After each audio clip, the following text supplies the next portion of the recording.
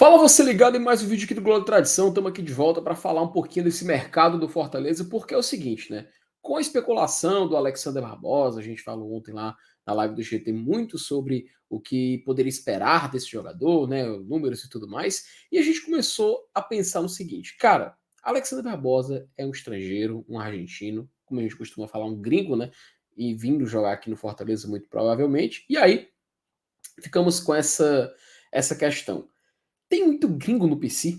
Será que o Fortaleza não está exagerando muito na contratação de jogadores estrangeiros? Será que são apostas válidas que a gente está fazendo agora? Então vamos fazer aqui um levantamento rápido de todos esses estrangeiros que desde a chegada do Voivoda aparecendo por aqui no PC e a gente pode fazer um bem bolado para saber se está valendo a pena ou não investir nos jogadores de fora, tá? Então assim, sem perder muito tempo, para poder a gente fazer um vídeo dinâmico, poder fazer um vídeo que vai funcionar bem aqui no que eu quero mostrar para vocês, eu vou chamar a vinheta e a gente vai começar a analisar ano por ano, 23, 22, 21, sobre os estrangeiros que vieram aqui para Fortaleza, no que deu e se é um bom negócio de fato ou não. Vem comigo.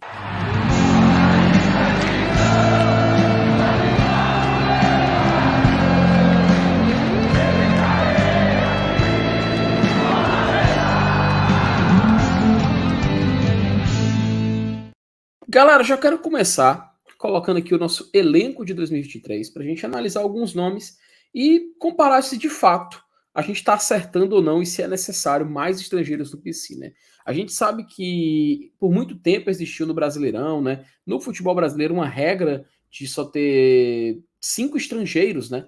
Nos times que disputam a Série A do Campeonato Brasileiro, a gente só poderia colocar para jogar 5 jogadores por partida, né? Relacionar, no caso. Porém, em 2023, né, no início desse ano, o regulamento de competições da CBF passou a permitir 7 estrangeiros relacionados por partida.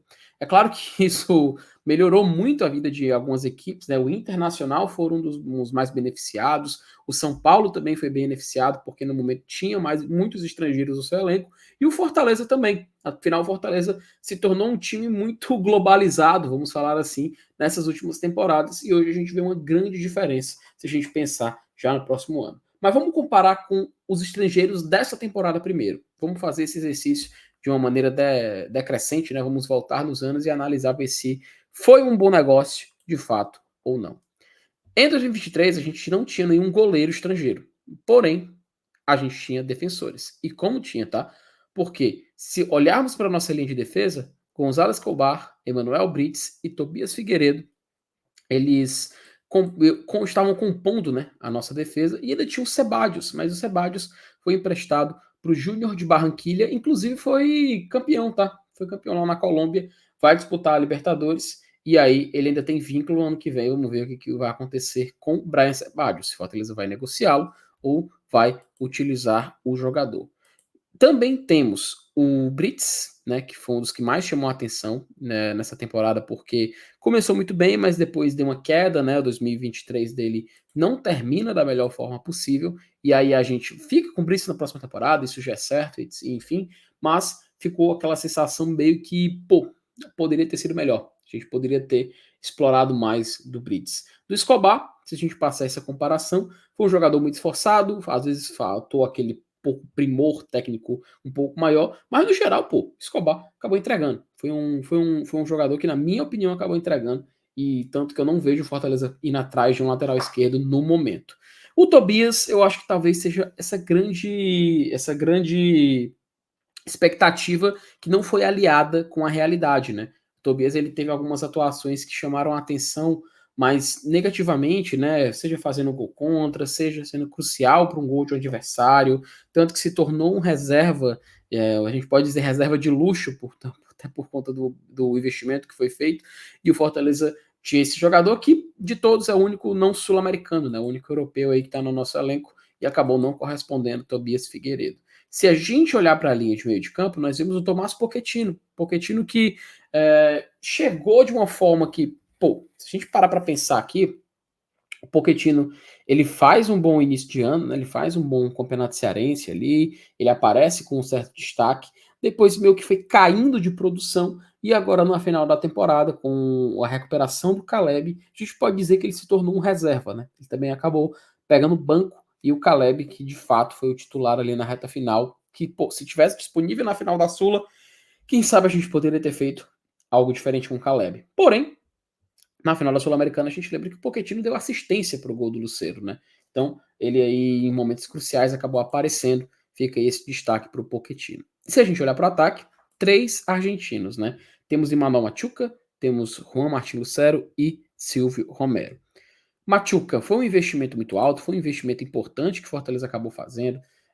A gente está, claro que desenvolvendo esse jogador, né? Perdemos o Moisés, então adquirimos ele, ainda é muito jovem, ainda tem muito potencial, é um jogador talentoso, a gente sabe que dá para lapidar ainda o Machuca, mas daqui que a gente consiga finalizar esse negócio, finalizar essa evolução, vai demandar muito tempo, aparentemente, né? Mas o Machuca foi um investimento, a gente pode dizer, então é até difícil a gente analisar que, deu errado.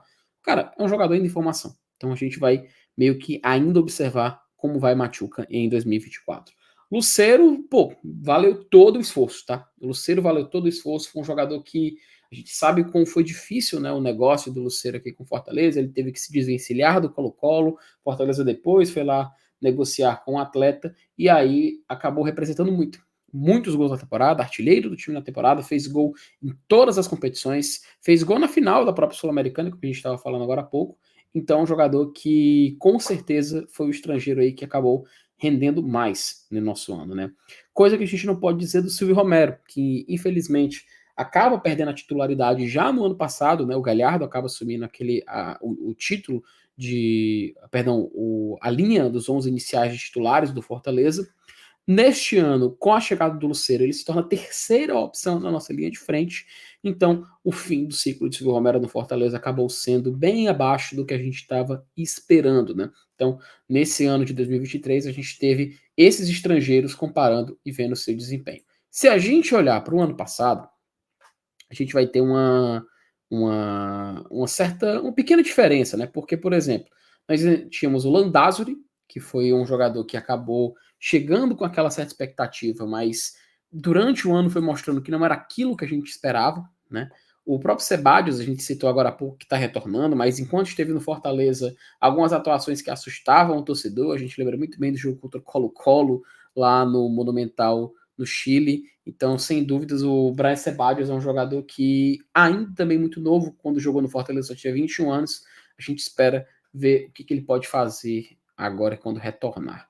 Mais na frente a gente teve o Otero. O Otero ajudou bastante, né? Fez um gol de falta que chamou a atenção. Foi um jogador que a gente tinha certeza que poderia contribuir naquele curto período. E de fato, o venezuelano Romulo Otero entregou, mas não foi o suficiente para mantê-lo na temporada de 2023. E aqui na frente, a gente ainda tinha o Ângelo Henriques e o De Pietri. De Pietri hoje jogando lá no Tajeres, é um jogador que chama a atenção.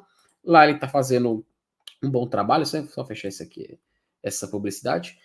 Fazendo um bom trabalho lá no Talleres de Córdoba, e a gente tem também o Ângelo Henriques, que, curiosidade ou não, depois que saiu do Fortaleza, ele recuperou seu bom futebol e voltou até para a seleção do Chile. Mas, infelizmente, foram dois jogadores que acabaram que não vingaram de fato, né? O De Pietri, pelo menos, fez algo histórico, né? Fez o gol que colocou o Fortaleza na Libertadores. Mas isso foi na temporada de 2021, que é os estrangeiros que a gente vai finalizar agora. Só que analisar aqui os estrangeiros que chegaram na era Vojvoda, né? Porque a gente sabe que o Quinteiro, por exemplo, ele já estava no elenco quando o Vojvoda chegou. Então a gente passa meio que direto sobre o nosso zagueiro colombiano. Mariano Vázquez, a gente lembra que é o mesmo caso, né? Era o jogador que já estava no elenco, né? Era a época do Rogério.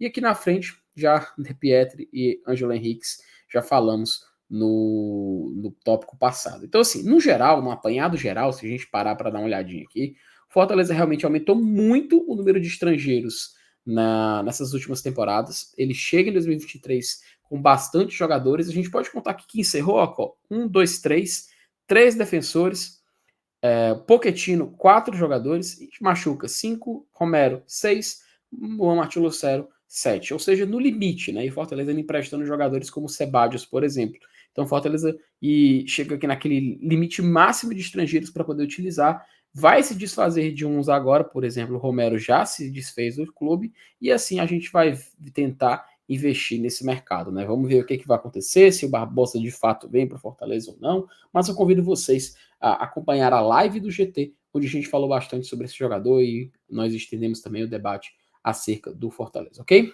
Então, galera, basicamente é isso. Basicamente foi um vídeo aqui para a gente fazer esse levantamento dos estrangeiros do Fortaleza, a gente conversar um pouquinho de como o Fortaleza pode se preparar nesse mercado, que é interessante. Geralmente o jogador estrangeiro ele é mais barato, é mais acessível do que muito jogador que joga em clubes, por exemplo, da Série B no Campeonato Brasileiro. Então a gente pode olhar com muito carinho, porque tem jogadores promissores, jogadores de futuro e jogadores também que acabam decepcionando. Mas no final das contas a gente pode achar que, querendo ou não, uma joia rara como o Lucero que melhorou sim, muito este ano do Fortaleza, né? Então se inscreva no nosso canal, compartilhe o vídeo com seus amigos. Mais tarde a gente está aqui de volta e aí a gente vai poder falar muito do Fortaleza aqui no GT, beleza? Um abraço a todos e até mais.